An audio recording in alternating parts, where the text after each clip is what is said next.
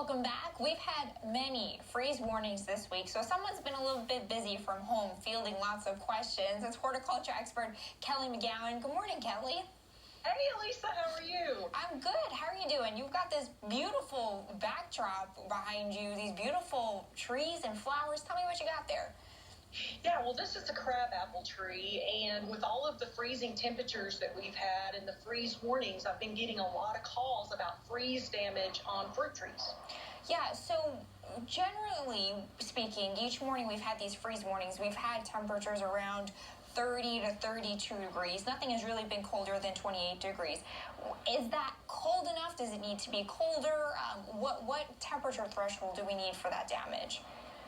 Well, as far as fruit trees go, it depends how far along they are in the bloom cycle, and that will kind of predict what the freezing temperatures would need to be to kill the blooms. And as you can see here with these apple tree blooms, we are at the full bloom stage, and they're very susceptible to freezing temperatures. But if we're only going to get down in the 30, low 30s, we'll still be okay. Now, if we were to get in the upper 20s or even the mid 20s, it would certainly kill these tender blooms.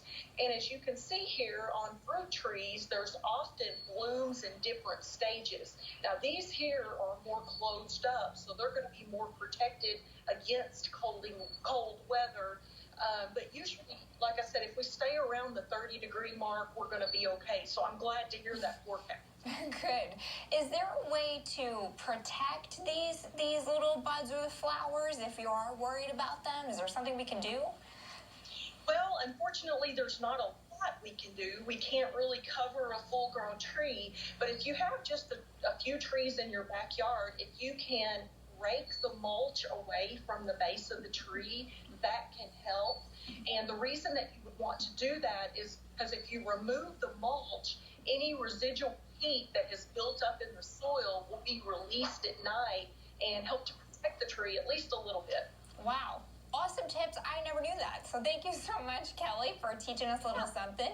If you've got questions for her, she's at extension.missouri.edu. Thanks for joining us again, Kelly.